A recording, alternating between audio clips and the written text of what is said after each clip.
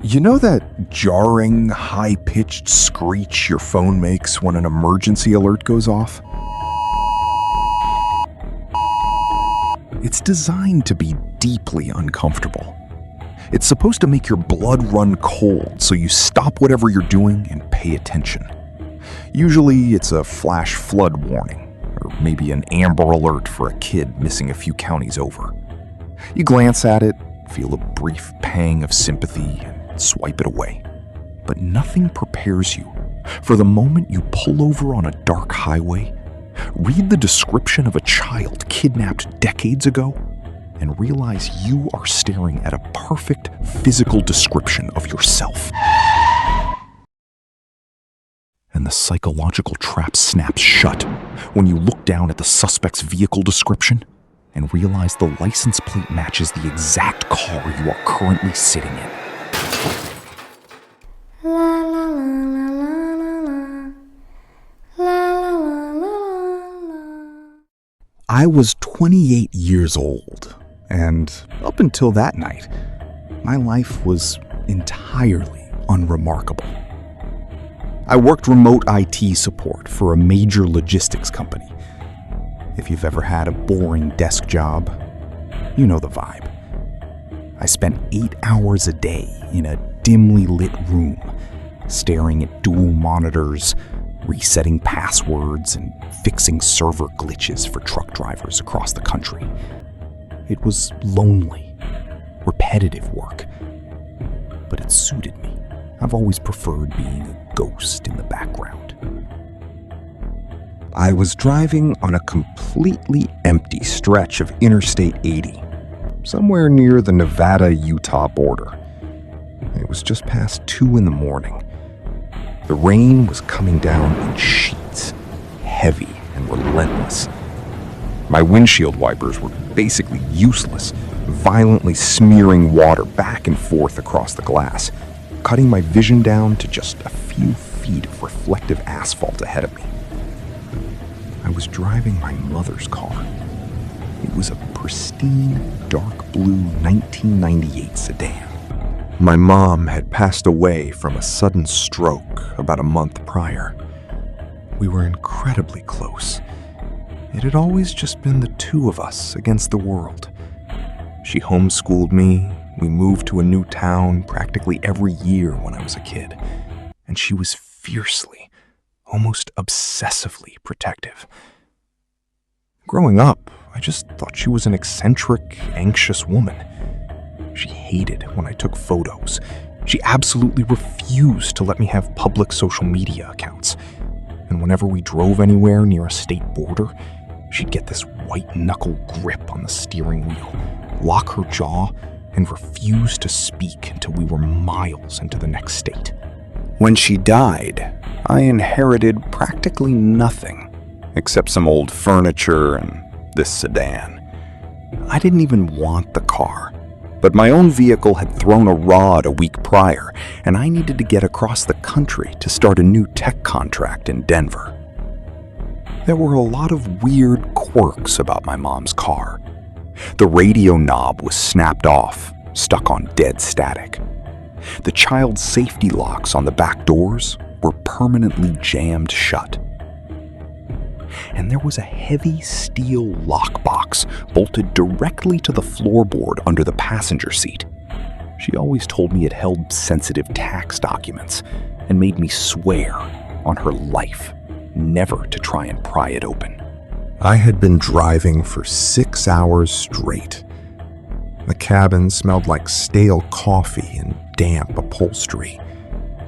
I was exhausted, nursing a lukewarm energy drink, just listening to the rhythmic, hypnotic thumping of the tires on the wet highway. And that's when the phone screamed.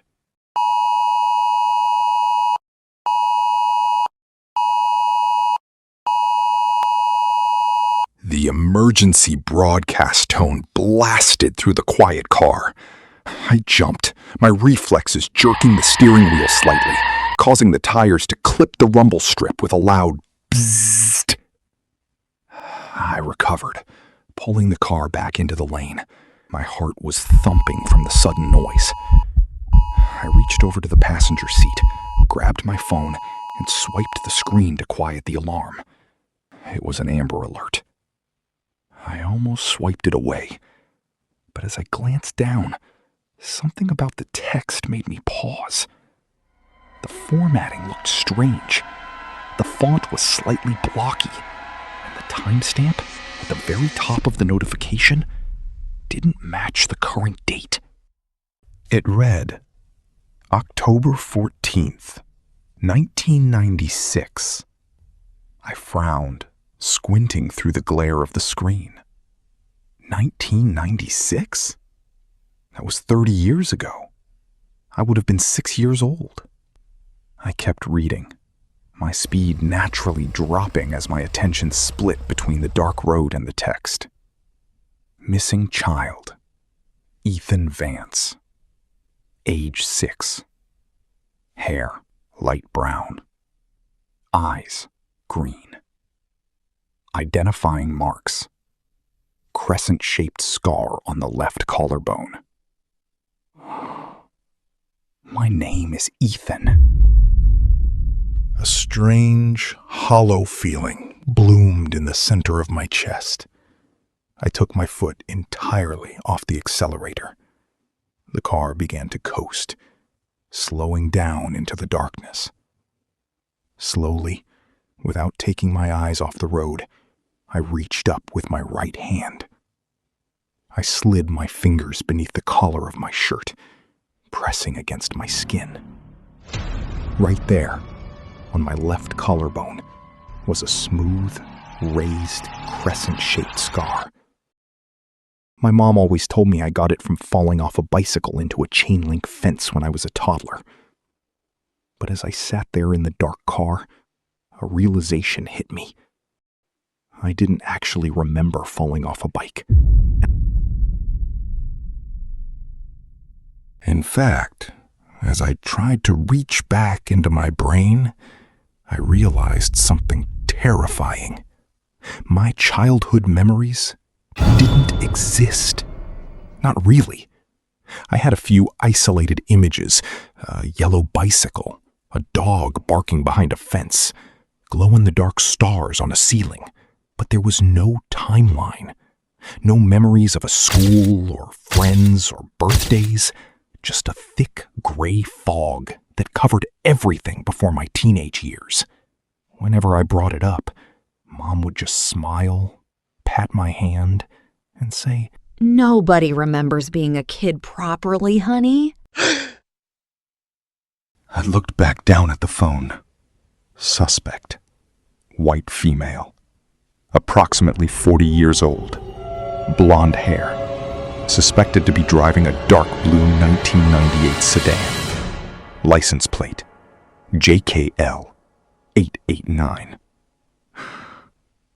My mom was blonde. She was 39 in 1996. My breath hitched. With a trembling hand, I reached up and flipped down the plastic sun visor above my head. Clipped to the vinyl was my mom's vehicle registration card. I stared at the faded black ink. License plate JKL 889.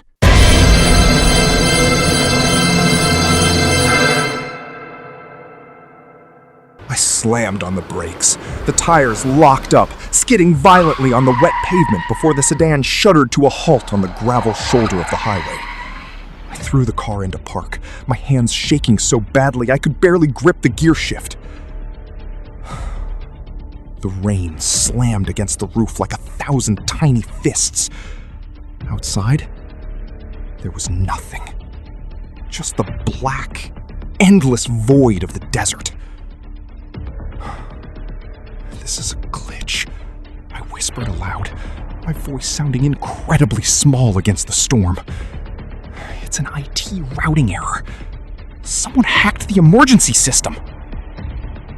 Then, the phone buzzed in my hand. It wasn't an emergency alert. It was a text message from an unknown 5-digit number. You shouldn't have crossed the state line, Ethan. My blood ran completely cold. The air in the car suddenly felt suffocatingly hot, like the heater was blasted on high, though the vents were blowing cold air. How did they know my name? How did they know I crossed the border? I looked up, wildly scanning my mirrors. Nothing. No headlights behind me. No police cruisers. Just pitch black. Wait. The box? The thought slammed into my brain with absolute clarity. The steel lockbox bolted under the passenger seat. My mom's tax documents. When I was packing up her apartment after the funeral, I had found a heavy, old-fashioned brass key hidden on a separate ring tucked into the very back of her freezer. I didn't know what it went to, so I had just tossed it into the center console of the car, completely forgetting about it. I scrambled over the center console, practically throwing myself into the passenger footwell. I dug through the mess in the console, old receipts, loose change, chapstick, until my fingers hit the cold, heavy brass of the key. I dropped to my knees on the floor mat, leaning under the passenger dashboard. The steel box was there, dark and rusted, bolted directly into the chassis. I jammed the brass key into the heavy padlock. It turned with a loud, metallic. I pulled the heavy lid back. There were no tax documents inside. There was a thick stack of yellowed newspaper clippings, a certified birth certificate with a name I didn't recognize, and a small black plastic module with a single blinking red light wired directly into the car's electrical harness beneath the carpet. A tracking device. I grabbed the top newspaper clipping, my hands shaking so violently I almost tore the fragile paper. The headline, dated October 15th, 1996, read, "Local boy vanishes from front yard. FBI joins search." Beneath the headline was a school portrait of a 6-year-old boy with light brown hair and green eyes. It was me. I recognized the slight squint in the left eye. I recognized my own face. But the parents pictured next to the article, they weren't my family. They were two absolute strangers, a man and a woman looking completely destroyed, sobbing on a porch. My stomach dropped. My entire existence, my childhood, my memories of a loving, fiercely protective mother, it was a beautifully constructed lie. She hadn't kept me off social media to protect my privacy. She did it to prevent facial recognition software from flagging a stolen child. She didn't hate state borders because of driving anxiety. She hated them because crossing them meant passing automated license plate readers. The woman I had spent the last month grieving was a monster. But then I noticed a small black ledger at the bottom of the box. I opened it. It was filled with my mother's neat, elegant handwriting, but it wasn't a diary. It was a logbook of dates and dollar amounts. May 2002, $15,000. Observation maintained. Subject shows no recollection. August 2008, $20,000. Medical updates delivered to proxy. November 2015, $25,000. Adulthood milestone reached. Location secure. My mind fractured. She wasn't just hiding me. She was being paid to keep me. My phone vibrated again. Another text message. We told her the contract was void if you ever left the perimeter. She was paid to keep you isolated, not to let you wander. I stared at the glowing screen, my breath fogging the glass. Contract? Perimeter? Suddenly, my rearview mirror flared with light. Far back down the highway, maybe a mile away, 2 headlights appeared through the sheet of rain. They weren't moving at a normal speed. They were moving incredibly fast, hurtling down the empty interstate directly toward me. Panic exploded in my chest. I slammed the lockbox shut, scrambled back into the driver's seat, and shoved the key into the ignition. I twisted it.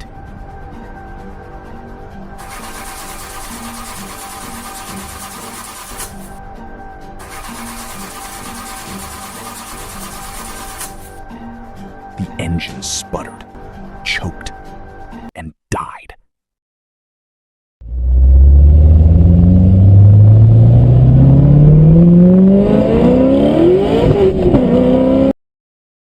The dashboard lights flickered and went entirely dark.